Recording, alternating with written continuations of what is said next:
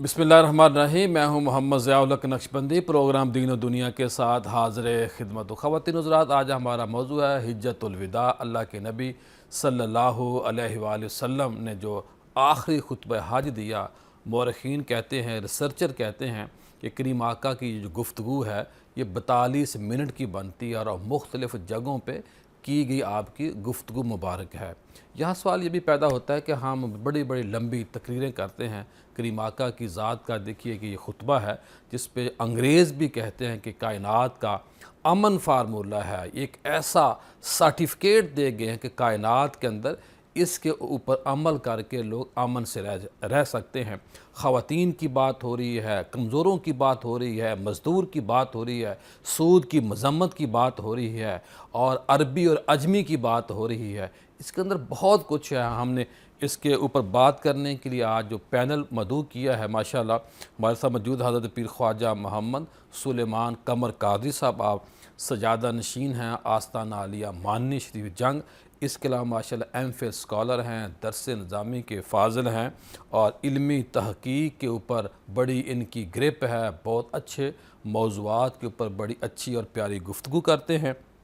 اور ان کے ساتھ موجود ہیں حضرت پیر خواجہ اسرار الحق فخری صاحب، آپ ماشاءاللہ فخر جہاں دہلوی کے خاندان سے ہیں، بہت عظمت اور رفت والی بات ہے اس خاندان سے ہونا، اور علمی شخصیت ہیں، روحانی پیشوا ہیں، اور نوجوان نسل کی بڑی علمی فکری روحانی بنیادوں کے اوپر تربیت کر رہے ہیں۔ اور ان کے ساتھ موجود ہیں علامہ ذوالفقار مصطفیٰ ہاشمی صاحب، آپ ماشاءاللہ خطیب ہیں جامعہ مسجد کنز الایمان لاہور، اور بانی چیئرمین ہیں مدینہ فاؤنڈیشن، سرپرست اعلیٰ ہیں تزکیہ ایجوکیشن سوسائٹی، سرپرست اعلیٰ ہیں محافظان ختم نبوت، اور سرپرست اعلیٰ انجمن فدائیان رسول پاکستان، اور اس کے علاوہ صدر ہیں محمدی ویلفیئر فاؤنڈیشن پاکستان۔ میں اپنے تینوں مہمانوں کا شکریہ ادا کرتا ہوں، اور پیر صاحب سے میں گزارش کروں گا کہ آپ ہمیں حجۃ الوداع کا جو مفہوم ہے، جو اس کا نام رکھا گیا، کن کن ناموں سے اس کو پکارا جاتا ہے، اور اس کے معنی، اس کے مفہوم کے حوالے سے ہمیں آگاہ فرمائیں۔ بسم اللہ الرحمن الرحیم۔ قبلہ پیر صاحب، ذوالقعدہ 10 ہجری میں آقا علیہ السلام نے حج کا ارادہ فرمایا، اور حضور علیہ السلام کی ظاہری حیات طیبہ کا یہ آخری حج تھا۔ آقا علیہ السلام کے اس آخری حج کی وجہ سے ہی اس کو حجۃ الوداع کہتے ہیں، چونکہ یہ ابلاغ اسلام کی بنا پر خطبہ تھا، اس لیے اس کو آپ حج الاسلام اور حج البلاغ بھی کہتے ہیں۔ اس حج کے موقع پر سرکار مدینہ صلی اللہ علیہ وسلم نے جو خطبہ ارشاد فرمایا، حضور علیہ السلام کے اس خطبے کو خطبہ حجۃ الوداع کہتے ہیں۔ 8 ذی الحج کو آقا علیہ السلام مینا تشریف لے گئے، پھر وہاں سے 9 ذی الحج کو صبح تک قیام فرمایا وہاں، اور ظہر، عصر، مغرب، عشاء اور فجر کی نمازیں وہیں ادا فرمائیں، پھر وہاں کچھ دیر توقف فرمایا سورج کے طلوع ہونے تک۔ پھر اس کے بعد آقا علیہ السلام سورج طلوع ہونے کے بعد مینا سے عرفات تشریف لے گئے، اور وہاں وادی نمرہ میں آپ نے جو ہے قیام فرمایا، اور آپ کے لیے صحابہ نے وہاں قبہ لگایا ہوا تھا۔ وہاں کچھ دیر استراحت فرمانے کے بعد جب سورج ڈھل گیا تو آقا علیہ السلام نے اس وقت قصوہ اونٹنی جو آقا علیہ السلام کی تھی، اس کی تیاری کا حکم فرمایا، اس کو کسا گیا، اس پہ پالان رکھا گیا، اور حضور علیہ السلام جو ہیں وہ بطن وادی جو ہے وہاں تشریف لے گئے۔ اللہ اس وقت آقا علیہ السلام کے جو ہے ارد گرد 1,44,000 اور ایک روایت کے مطابق 1,24,000 جو ہے غلام صحابہ موجود تھے۔ سبحان اللہ۔ اب میں اس طرف آتا ہوں، یہ جو خطبہ حجۃ الوداع ہے قبلہ، یہ انسانی حقوق کا اولین اور مثالی منشور اعظم کہا جاتا ہے۔ عرب و عجم میں اور پوری دنیا میں اس پہ ریسرچ ہوئی ہے۔ آقا علیہ السلام کے اس خطبہ کو 2 حوالوں سے حجۃ الوداع کہا جاتا ہے، جیسے آپ نے سوال کیا۔ پہلا تو یہ ہے کہ آقا علیہ السلام نے آخری حج فرمایا تھا، اس وجہ سے اس کو کہا جاتا ہے۔ دوسرا یہ کہ آقا علیہ السلام نے خطبہ میں خود ارشاد فرمایا، واللہ لا ادری لعلی لا القاکم بعد یوم ھذا۔ صحیح۔ آقا علیہ السلام نے فرمایا یہ میری تم سے آخری اجتماعی ملاقات ہے، شاید اس مقام پر اس کے بعد میں تم سے نہ مل سکوں، چونکہ آخری ملاقات تھی اس مقام پر، اس لیے اسے حجۃ الوداع کہتے ہیں۔ ساتھ ہی آقا علیہ السلام نے جب یہ خطبہ ارشاد فرمایا تو یہ واحد جو ہے دنیا کا منشور ہے، واحد دنیا کا خطبہ ہے، جسے آپ کہہ سکتے ہیں کہ یہ کسی گروہ کی حمایت میں نہیں، کسی نسل کی حمایت میں نہیں، کسی قوم کی حمایت میں نہیں، حق اور سچ پر مبنی ہے۔ کسی قسم کی ذاتی غرض وغیرہ کا اس میں شیبہ تک نہیں۔ صحیح ایک اجتماعی خطبہ تھا جو پوری عالم انسانیت کے لیے ایک منشور۔ صحیح۔ جناب پیر صاحب کیا فرمائیں گے، اللہ کے نبی کا جو حج ہے، ایک ہی حج ہے، اس کے اندر کیا حکمت چھپی ہوئی ہے، اور جو پیر صاحب نے بات کی اس کو آگے کیسے بڑھائیں گے آپ؟ بسم اللہ الرحمن الرحیم۔ پھر سب سے امپورٹنٹ چیز یہ ہے کہ رسول اللہ صلی اللہ علیہ وآلہ وسلم کی جو زندگی مبارکہ اعلان نبوت سے پہلے اور اعلان نبوت کے بعد 13 سال مکہ معظمہ میں گزری، یہ 53 ایئرز کا عرصہ رسول اللہ صلی اللہ علیہ وآلہ وسلم ہر سال حج ادا کیا کرتے ہیں۔ جس کو ایک ہی حج کہا جاتا ہے، وہ اس طرح کہا جاتا ہے کہ رسول اللہ صلی اللہ علیہ وآلہ وسلم نے بطور امام المرسلین خاتم النبیین آپ نے اپنے پورے صحابہ کے ساتھ اس حج کو ادا کیا، اور اس سے پہلے آپ نے پیغام بھجوایا کہ اس مرتبہ کوئی بھی غیر مسلم حرم کعبہ میں اور حج کے دوران موجود نہیں ہوگا، کوئی ایسا شخص حج کی رسومات میں موجود نہ ہوگا جو ایمان والا نہ ہوگا، اور آپ نے خود قیادت فرمائی۔ اس سے پہلے جتنے حج تھے آپ کی تبلیغ کے لیے رہے۔ آپ کو یاد ہے کہ کبھی جو قبائل تھے اوس اور خرج، یہ بھی عمرے پہ حج پر آتے تھے۔ ان دونوں قبیلوں کے ساتھ بھی حضور کی ملاقات ہجرت سے پہلے مکہ معظمہ میں ہوئی، وہ حج پر آئے ہوئے تھے، اور آپ نے ان کو دعوت دی، دعوت توحید دی اور قرآن کی اور وحدانیت کی دعوت دی، جس کو انہوں نے قبول کیا۔ رسول اللہ صلی اللہ علیہ وآلہ وسلم ہر سال کے حج میں اپنی تبلیغ کا اور اللہ کے پیغام کا جو سلسلہ تھا وہ جاری رکھے ہوئے تھے۔ بطور امام المرسلین خاتم النبیین آپ نے ایک حج کیا، اور اپنے تمام صحابہ کو اس حج سے پہلے آپ نے پیغام بھجوائے کہ دنیا میں جہاں کہیں بھی وہ موجود تھے وہ حضور کے ساتھ اکٹھے ہوئے، اور حضور کے ساتھ انہوں نے اس حج کو ادا کیا۔ اس حج کے جو دو بنیادی جو مقصد تھے وہ یہ تھے، ایک تو دنیا کو، جو دنیا کے ہر کونے میں اس وقت تک صحابہ کرام پھیل چکے تھے، اور ان کو اس کے تمام قوانین اور جو جہالت کے دور میں اور جاہلیت کے دور میں جو ایڈیشن ہو چکی تھیں، جو تبدیلیاں ہو چکی تھیں، جو ایسے ہی رسومات شروع ہو چکی تھیں جن کا نہ اللہ سے تعلق تھا نہ دین سے تعلق تھا، ان کو ختم کر کے حضور نے مکمل طور پہ ان کو ختم کیا، اور مکمل جو بمطابق اللہ رب العزت کے حکم کے مطابق اس حج کو ادا کیا۔ یہاں تک کہ جو حدود عرفات ہیں، حدود منی ہیں، حدود مزدلفہ ہیں، ان کو بھی رسول اللہ صلی اللہ علیہ وآلہ وسلم نے خود متعین فرمایا۔ صحابہ اکرام آپ کی خدمت میں آتے، احکامات حج آپ سے ڈیٹیل سے پوچھتے، آپ سے چھوٹے چھوٹے مسائل پوچھتے، اٹھنا بیٹھنا اور حج کے دوران جو کچھ بھی کیا جاتا تھا آپ اس کی بڑی صراحت اور بلاغت کے ساتھ ان کو بریف کرتے۔ جی علامہ ذوالفقار مصطفیٰ کیا فرمائیں گے آپ؟ بسم اللہ الرحمن الرحیم۔ مولا صلی وسلم دائما ابدا علی حبیبک خیر الخلق کلہم۔ یہ سب شکریہ، آپ نے بڑے اہم موضوع پر گفتگو کرنے کا موقع دیا۔ یہ حجۃ الوداع، پیارے کریم آقا صلی اللہ تعالی وسلم کا خطبہ حج 632 عیسوی اعتبار سے تقویم بنتی ہے، جو حضور صلی اللہ علیہ وسلم نے ارشاد فرمایا مکہ مکرمہ میں ہوا۔ جبل رحمت جو میدان عرفات میں آج بھی بہاریں لٹا رہا ہے، اس کے جلوہ میں، اس کے دامن میں پیارے آقا صلی اللہ علیہ وسلم اپنی قصوہ اونٹنی پر جلوہ فراز تھے، اور حضور صلی اللہ علیہ وسلم نے، جیسا کہ روایات میں آتا ہے کہ 1,24,000 یا 1,40,000 مختلف تعداد ہے، کثیر صحابہ کرام رضوان اللہ اجمعین کی موجودگی میں پیارے آقا صلی اللہ تعالی وسلم نے دنیا انسانیت کا ایک عظیم چارٹر جو ہے وہاں پر بیان فرما کے آنے والی صبح قیامت تک کے لیے خطبہ حج کا عنوان کیا ہونا چاہیے، ترجیحات کیا ہونی چاہیے، اس کے مضامین کیا ہونے چاہیے، اس کا تعین فرما دیا۔ اور یہ ایک ایسی بنیاد پیارے آقا صلی اللہ علیہ وسلم نے قائم فرمائی ہے کہ اگر اس کو دیکھا جائے اور آج کے خطبہ حج جو ہیں ان کو دیکھا جائے تو ہمیں شاید اس میں کوئی مماثلت عمومی نظر نہیں آتی، اس لیے کہ پوری دنیا کے مسلمانوں کو کس چیز کی ضرورت ہے، ان کے کیا مسائل ہیں، اس کا حل کہاں پر ہے، اس کا پہلے جو ہے وہ ادراک ضروری ہے، اور پھر وہاں اس کا ابلاغ ضروری ہے، اس کا بہتر طریقے سے منصوبہ سازی ضروری ہے، اور پھر آنے والے حج تک اس پر عمل داری ہوئی نہیں ہوئی اس پر جو ہے وہ غور کیا جانا ضروری ہے۔ بہرحال صحابہ کرام رضوان اللہ اجمعین کا جم غفیر موجود تھا، اور عجیب حالت تھی۔ حضرت عبداللہ ابن عمر رضی اللہ تعالی عنہ فرماتے ہیں کہ صحابہ کرام نے خطبہ سنا، اس کو سمجھا، اور اسے محفوظ کر لیا. اور پیارے آقا صلی اللہ علیہ وسلم کے خطبہ حجۃ الوداع کے اندر یہ الفاظ موجود ہیں کہ جو تم یہاں موجود ہو یہ میری باتیں ان تک پہنچا دینا جو آج یہاں موجود نہیں ہیں. اور یہ بات کیٹاگوریکلی حضور صلی اللہ علیہ وسلم نے ارشاد فرمائی کہ ممکن ہے کہ وہ تم سے بہتر اس کو یاد بھی رکھیں اور اس کو آگے بھی پہنچائیں. مطلب آپ جانتے تھے کہ میری امت میں بڑے بڑے علماء اور اہل علم و عرفان جو ہے ان کا بھی آنے والے وقت میں جو ہے وہ آنے والے ہیں وہ موجود ہوں گے. تو میں یہ کہنا چاہوں گا کہ پھر حضرت مولا علی کرم اللہ تعالیٰ وجہ الکریم کی زبان اقدس سے پھر سب نکلے یہ الفاظ ہیں کہ آپ نے یہ ارشاد فرمایا تھا کہ یہ خطبہ جو ہے یہ دراصل دستور انسانیت ہے. اس کو دستور انسانیت کے طور پر دیکھا جائے تو صبح قیامت تک کے لیے یہ وہ منارہ نور ہے کہ انسانیت اس سے روشنی لیتی رہے گی تو راہ ہدایت پر مستقیم رہے گی. اور اگر اس دستور کو اس چارٹر کو نظر انداز کر دیا تو پھر قومیں بھٹکتی رہیں گی. ہمیں اس کو اس طور پر جو ہے وہ اپنے لیے ایک منشور زندگی ذاتی، منشور زندگی معاشرتی، منشور زندگی اجتماعی اور حکومتی طور پر بنانے کی ضرورت ہے. میں سمجھتا ہوں پیر صاحب کہ یہ جو خطبہ ہے اس کے اوپر عمل کر کے دنیا میں امن قائم ہو سکتا ہے.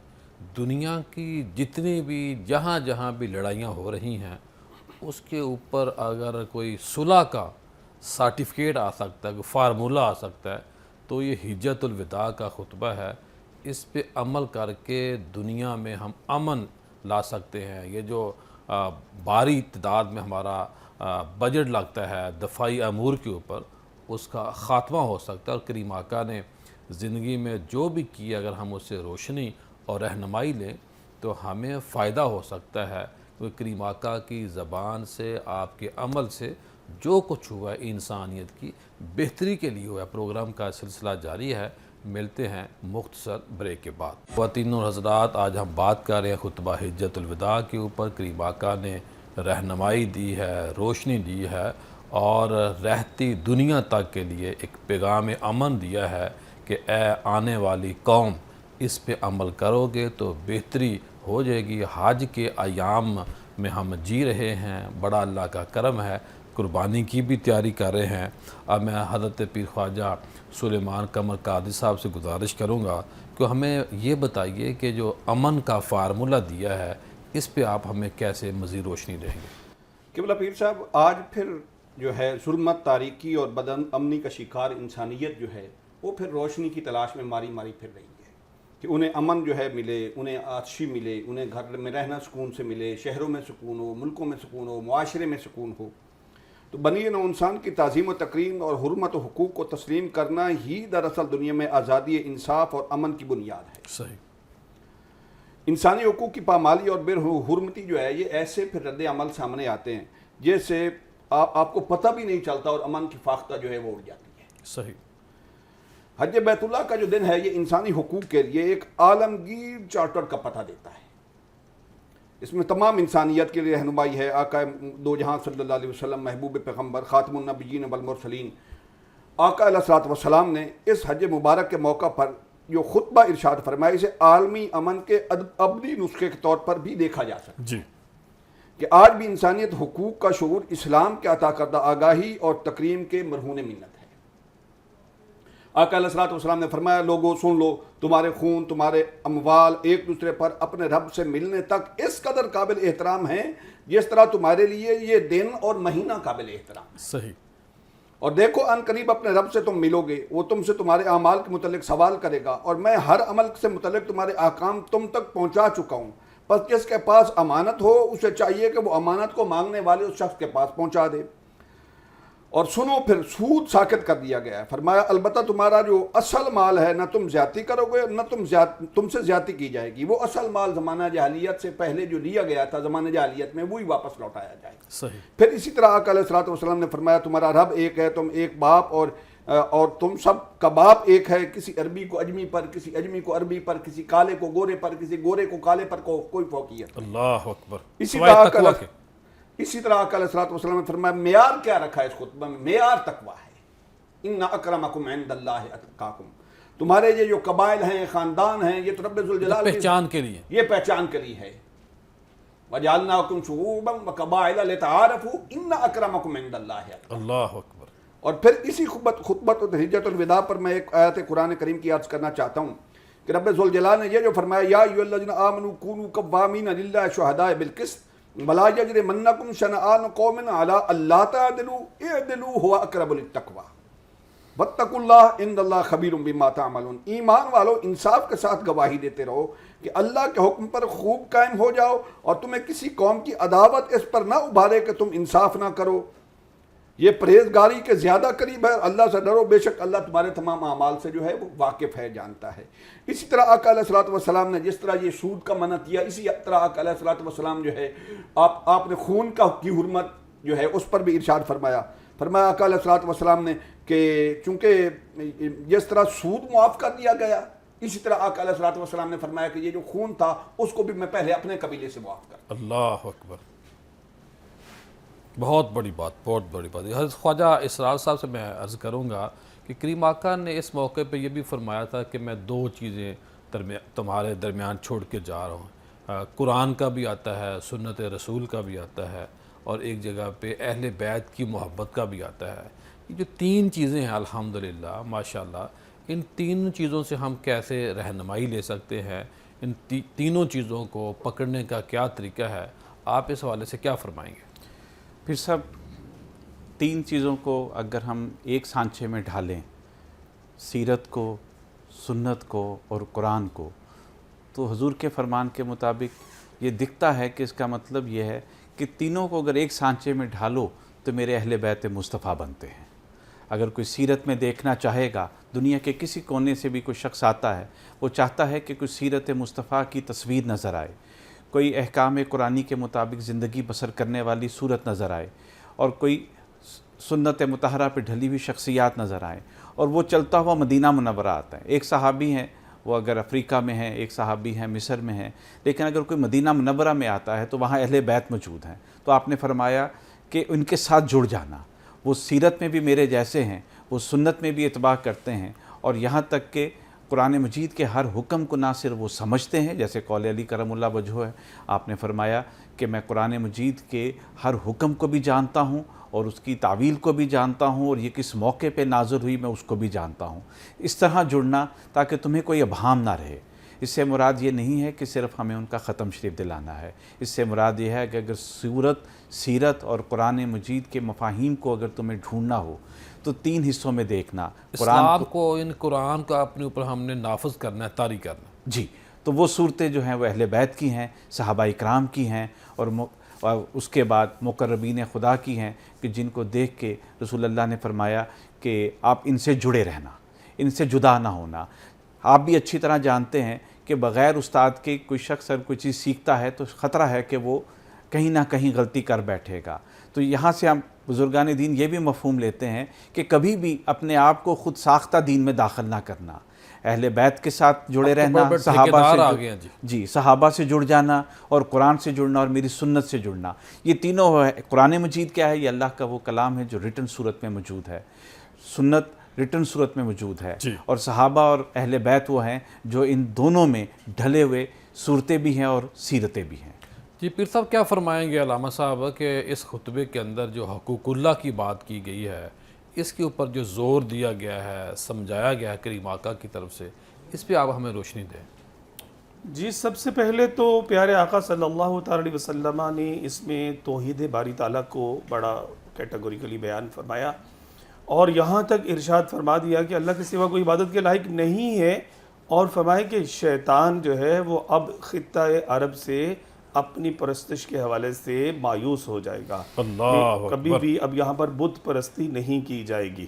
اور فرمایا حضور صلی اللہ علیہ وسلم نے، ہاں تم دوسرے چھوٹے جھگڑوں میں، دیگر معاملات میں تم مبتلا ہو سکتے ہو، لیکن مجھے اب تم سے شرک کا کوئی خوف جو ہے وہ اس طرح سے نہیں ہے. اور اس کے ساتھ ساتھ پھر حضور صلی اللہ علیہ وسلم نے دیگر احکامات الہیہ میں، اس میں آپ دیکھیں کہ نماز ہے، روزہ ہے، جو اسلام کے ستون جن کو ہم کہتے ہیں پلرز آف اسلام، ان کا الگ الگ سے ان پر عمل درآمد کرنے کا حضور صلی اللہ علیہ وسلم نے حکم فرمایا. زکوٰۃ کی ادائیگی کا حکم فرمایا، حج بیت اللہ کی ادائیگی کا حکم فرمایا. اور اس کے ساتھ ساتھ جو چیزیں حرام قرار دی گئی ہیں، جہاں حضور صلی اللہ علیہ وسلم نے احکامات شرعیہ اور اس میں بھی بنیادی ترین اسلام کے جو ضابطے ہیں ان کا یہاں پر ایک مفصل بیان فرمانے کے ساتھ ساتھ محرمات جو ہیں ان کے متعلق بھی حضور صلی اللہ علیہ وسلم نے بہت ہی واضح الفاظ میں ارشاد فرما دیا کہ ایک مسلمان کا دوسرے مسلمان پر جو ہے وہ خون حرام ہے، اور ایک دوسرے کی عزت جو ہے وہ حرام ہے، اس کی حرمت کرنی ہے، اس کا خیال رکھنا ہے۔ اور ساتھ حضور صلی اللہ علیہ وسلم نے ساتھ باقاعدہ جو ہے وہ ریفرنس کرتے ہوئے بتایا کہ جیسے آج کا یہ دن حرمت والا ہے، یہ مقام جس جگہ پر تم جمع ہو یہ حرمت والے ہیں، اسی طرح سے ایک دوسرے کی مال جان جو ہے یہ بھی اس کی بھی تحریم ہے، اس کی بھی ایک تکریم ہے، اور اس کا خیال رکھ رہے ہیں۔ اور اگر خطبہ حجۃ الوداع کے اس عنوان کو دیکھا جائے، میں سمجھتا ہوں آپ بھی بار بار اس طرف توجہ دلا رہے ہیں، میں بھی ناظرین کو یہ پیغام دینا چاہوں گا کہ دیکھیے نور مصطفیٰ جو علم مصطفیٰ تعلیمات مصطفیٰ کی صورت میں ہمارے پاس موجود ہے، اس کو اگر ہم اپنے لیے مشعل راہ بنائیں تو تمام ظلمتیں، تمام تاریکیاں جو ہے وہ چھٹ جائیں۔ ایک دوسرے مسلمان کی رائے کا احترام کرے، احترام انسانیت، احترام مسلم کا جذبات پیدا ہو جائیں، ہم ایک دوسرے کی عزت اور ایک دوسرے کے مال کو اپنے لیے حرام سمجھیں، تو معاشرہ امن کی ایک ایسی جیتی جاگتی تصویر بن جائے کہ لوگوں کے لیے اسلام اور اسلام کے جو ماننے والے ہیں جو ان اپنے کی لیے بستیاں پسند کرے وہ رول دوسروں ماڈل کے لیے بنے۔ پسند کرے۔ جی، رول ماڈل بنے ان کے لیے، پوری انسانیت کے لیے رول ماڈل بنے، جو حضور صلی اللہ علیہ وسلم کے خطبہ حجۃ الوداع کی روشنی میں اگر ہمارا معاشرہ، ہماری ترجیحات جو ہیں وہ تشکیل پا جائیں۔ جی فقیر صاحب کچھ ایڈ فرمائیں آپ۔ میں بس یہی عرض کرنا چاہ رہا ہوں کہ اصل چیز یہی ہے کہ ہمیں دیکھنا ہوگا کہ رسول اللہ صلی اللہ علیہ وآلہ وسلم نے جو معاشرہ تشکیل دیا اس کی بنیادیں کس چیز پہ رکھی۔ جیسے ہم سب کے علم میں ہے کہ دو قبیلے حرب اور باس 120 سال سے ایک دوسرے سے لڑتے آ رہے ہیں۔ اللہ، اب وہ اتنی پرانی لڑائی تھی جی جو حضور نے ختم کی، اس کی بنیاد یہ تھی کہ ایک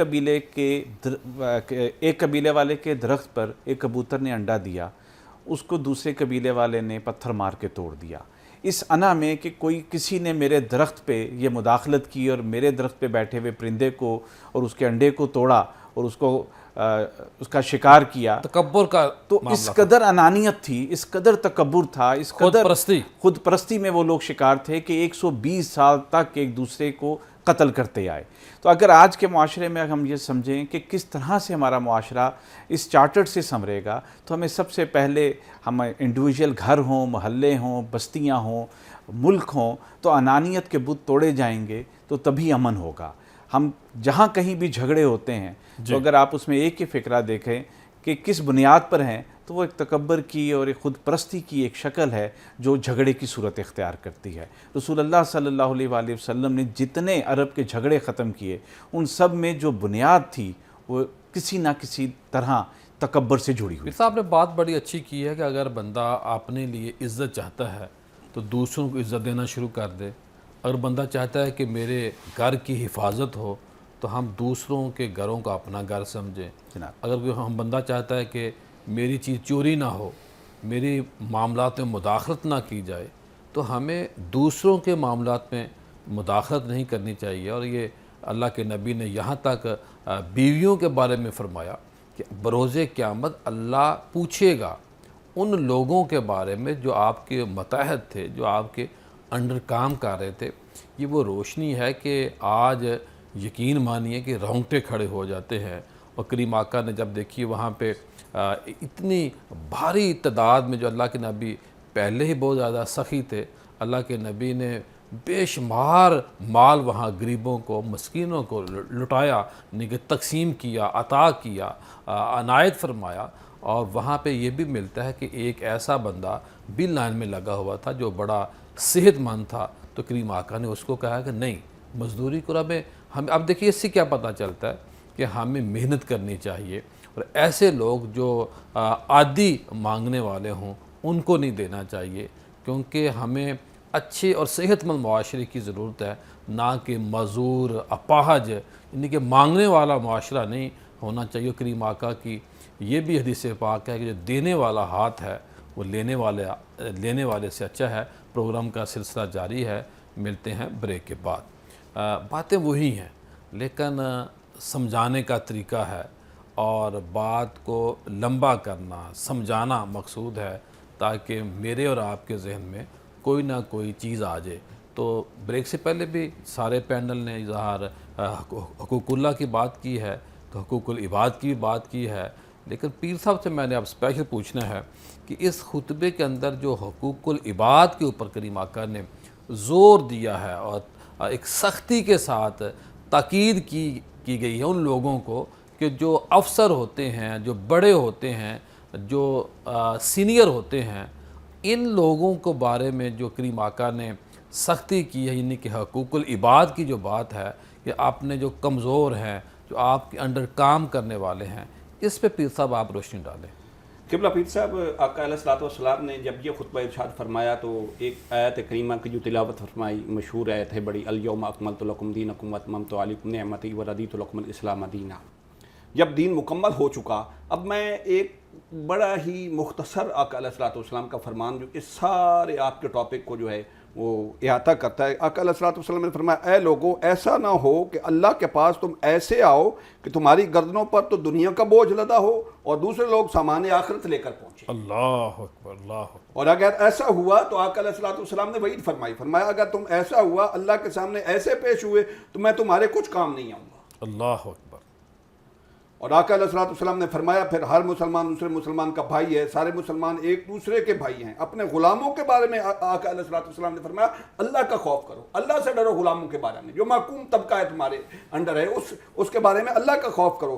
فرمایا ان کا خیال رکھو، انہیں وہی کھلاؤ جو تم خود کھاتے ہو، انہیں وہی پہناؤ جو تم خود پہنتے ہو، اور جاہلیت کی ہر بات آقا علیہ الصلوۃ والسلام نے فرمایا میں اپنے پاؤں کے نیچے رونتا ہوں۔ اللہ اکبر، اللہ۔ یہ جاہلیت کا رواج ہے کہ آپ اوپر بیٹھے ہیں، آپ کا محکوم جو ہے، ملازم جو ہے بیچارہ نیچے بیٹھا ہے۔ لا الہ الا اللہ محمد رسول اللہ جب پڑھ لی ہے تو ایک دائرہ ہے، ایک سسٹم ہے، ایک سسٹم ہے اور اس میں آپ برابر ہیں اللہ کے، اس میں کوئی امیر غریب نہیں ہے، کوئی افسر اور محکوم نہیں ہے۔ صحیح۔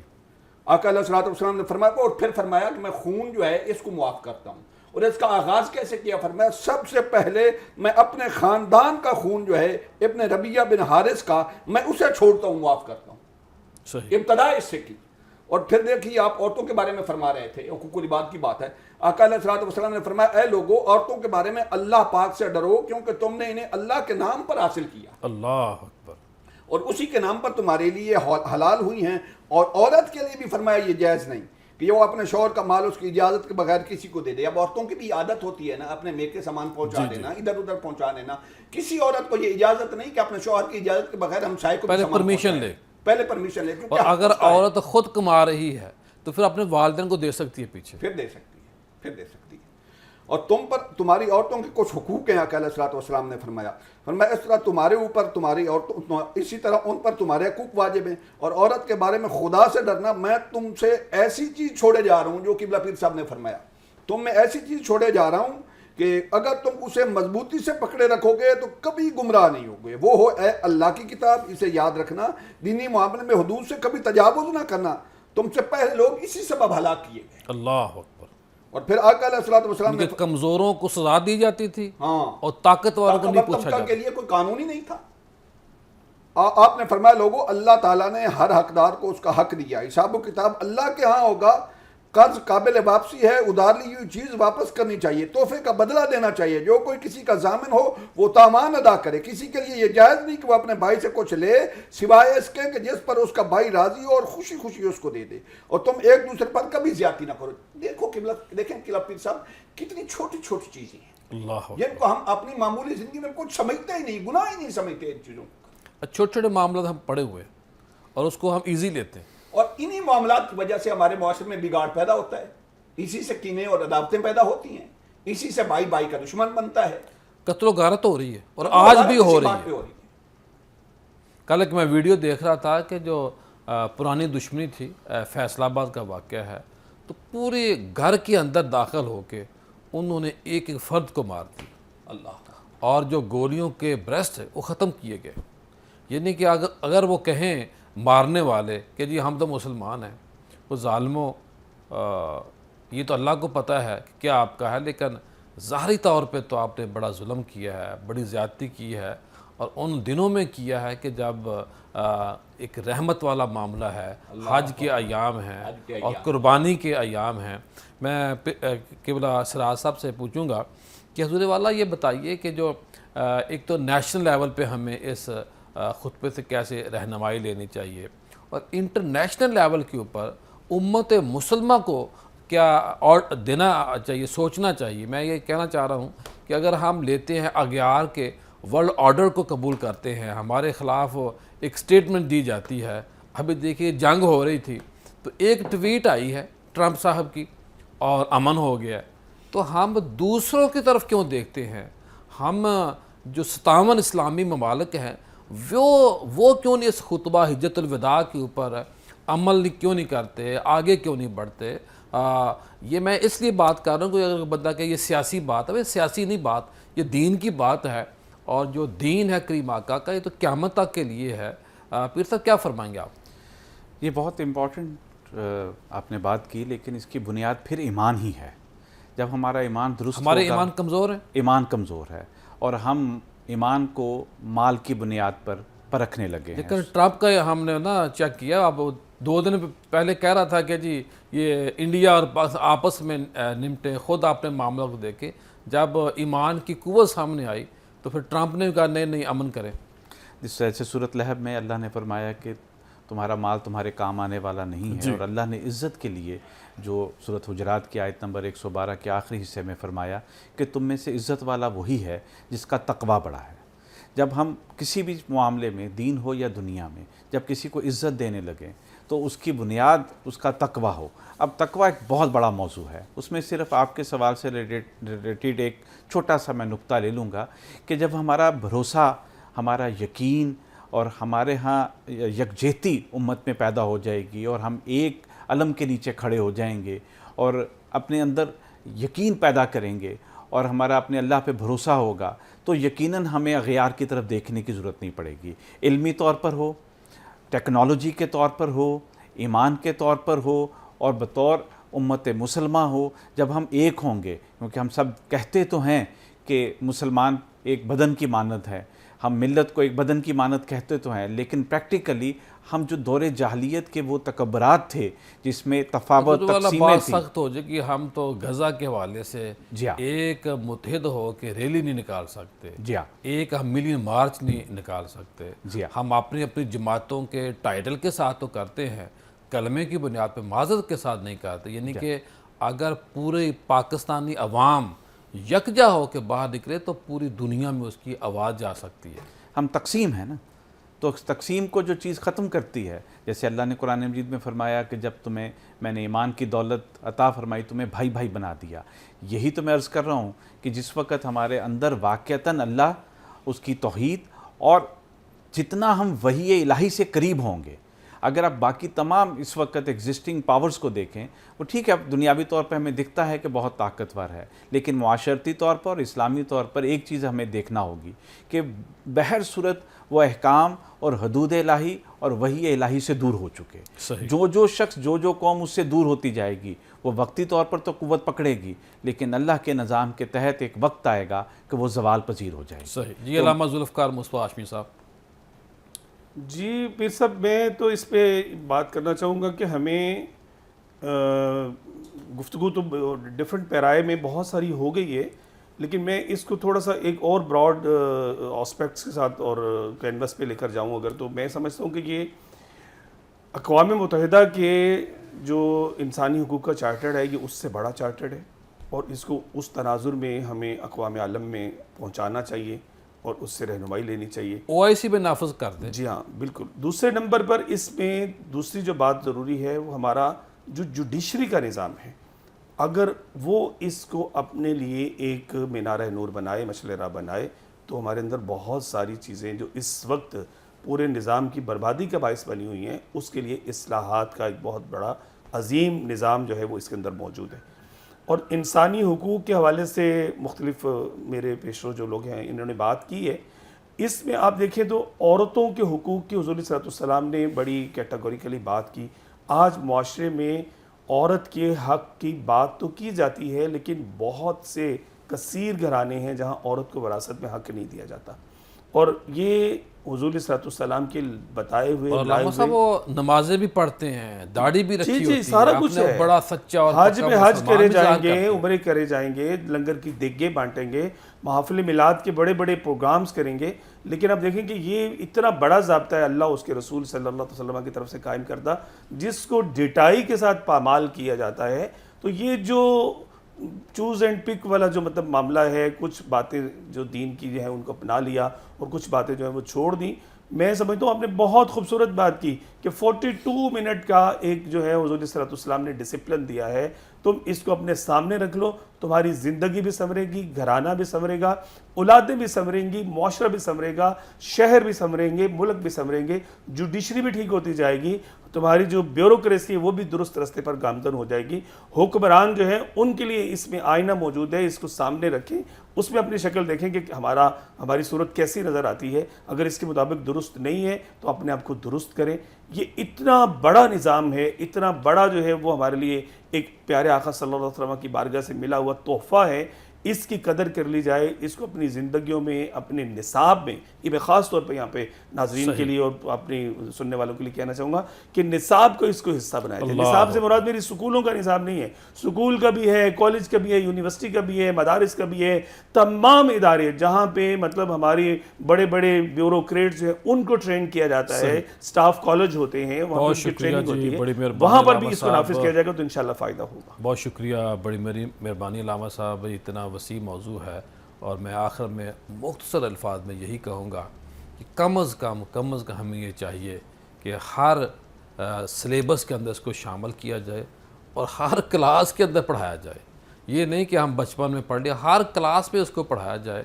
اور ہمیں کیا کرنا چاہیے، مجھے آپ کو یہ چاہیے کہ ہمیں گھروں کے اندر اس کو نافذ کرنا چاہیے، اور ہمیں ایسا فریم بنانا چاہیے کہ جس کے اندر یہ لکھا ہوا ہو، ہم اپنے بچوں کو بتا اور سکھا سکیں۔ کل دوبارہ آپ سے ملاقات ہوگی۔ السلام علیکم۔